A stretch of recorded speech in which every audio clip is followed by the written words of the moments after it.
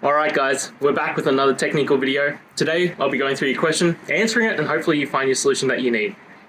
Guys, remember to stay just a little bit crazy like me, and hopefully you get to that resolution. Now, let's continue on to the video.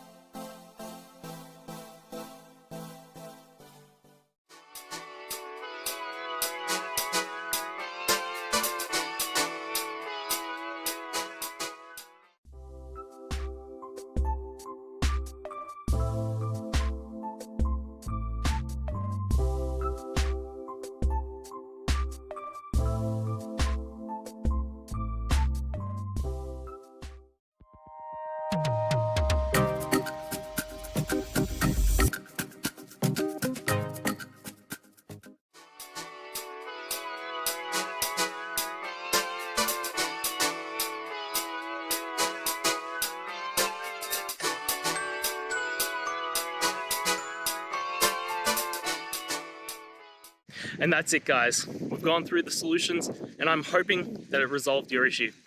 If it did, please hit the subscribe button. I'd really appreciate it. And until next time, I hope you have a good one. Cheers.